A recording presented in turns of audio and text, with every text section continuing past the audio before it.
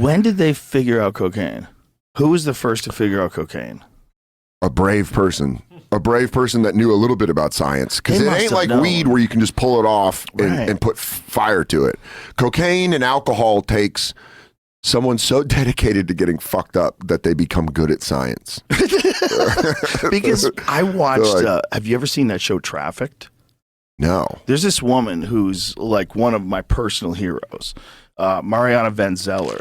She's like a real on the ground journalist. Like goes to dangerous places. Yeah. The people that need to do ayahuasca to stop the PTSD. I don't know what she seems fine, which is crazy. All those war correspondents are all like, you need to probably go do something to erase everything you've seen. She was first on the show like 10 years ago because she exposed the fentanyl issue and the the opioid issue in Florida, where they had those pill mills and they didn't have a database. Yeah. So you could go to they called them pain management centers. You would go there, you would talk to the doctor on the left side. The doctor say, "Oh, you need pills," and you go to the right side and they give you pills, and that's all they have is pills.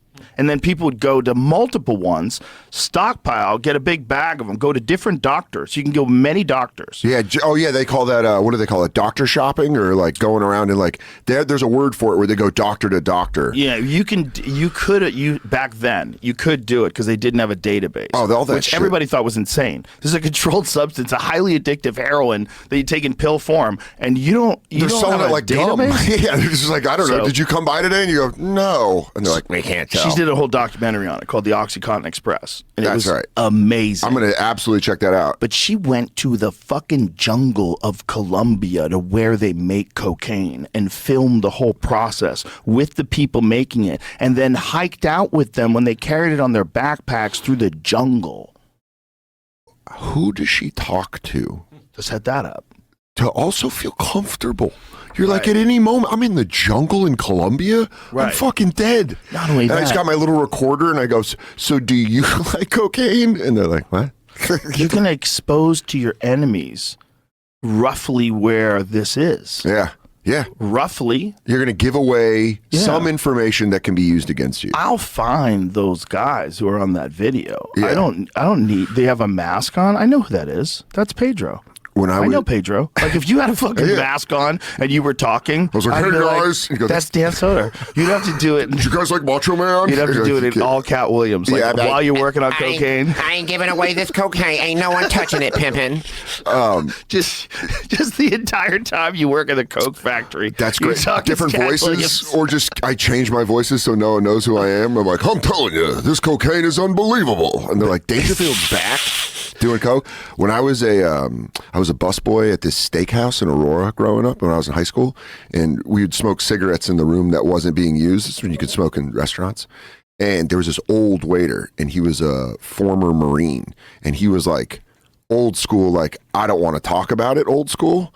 Like, did some shit. And then one time after work, me and my buddy Mike were sitting there and we were smoking. He'd smoke Cool Unfilters. Whoa. And this guy was just telling us stories about, he was a sniper in the army, and his job in Central America was to kill donkeys that were carrying drugs north. Whoa. And he's like, because we'd always ask him, like, did you kill people? He's like, no, I just shot a shit ton of donkeys. And he said, because all these donkeys would just have all this weight on them. Wow. And then he'd just pop them in the middle of the jungle, and he'd be like, well, now you've got, and then it would set up like, okay, now go get them. But this dude, was like, him telling us that, and us being 16 and wanting it to be people, you're like, no, but did you kill people? He's like, no, you're not listening to what I did. I fucked their shit up. What a really dumb way to handle a problem. Is what? Like, here's the problem. Some people think you shouldn't do cocaine. Yeah. So we're going to lock everybody up who sells it. So the only people that are going to sell it are the people that can get away with selling it in Mexico. Yeah. And those people are going to be a super billionaire, powerful cartel. Like an army. An industry, an army, a well-funded army. Yeah. And they can walk here. Yeah.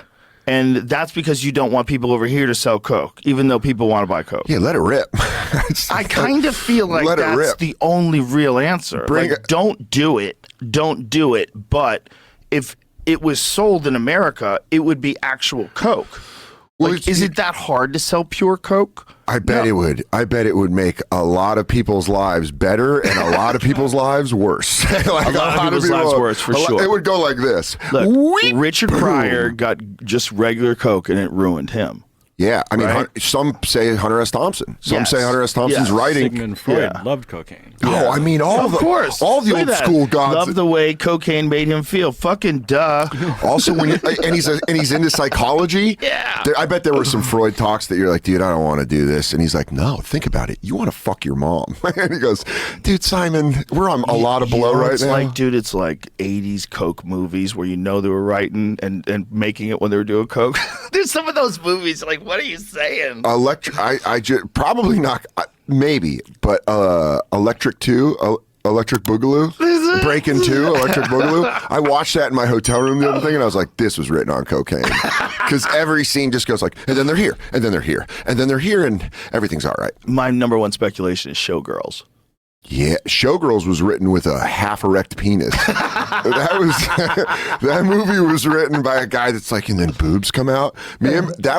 That movie hit when I was in middle school, like right when jerking off started, and so it was a gold mine because you could be like, it's a legitimate movie.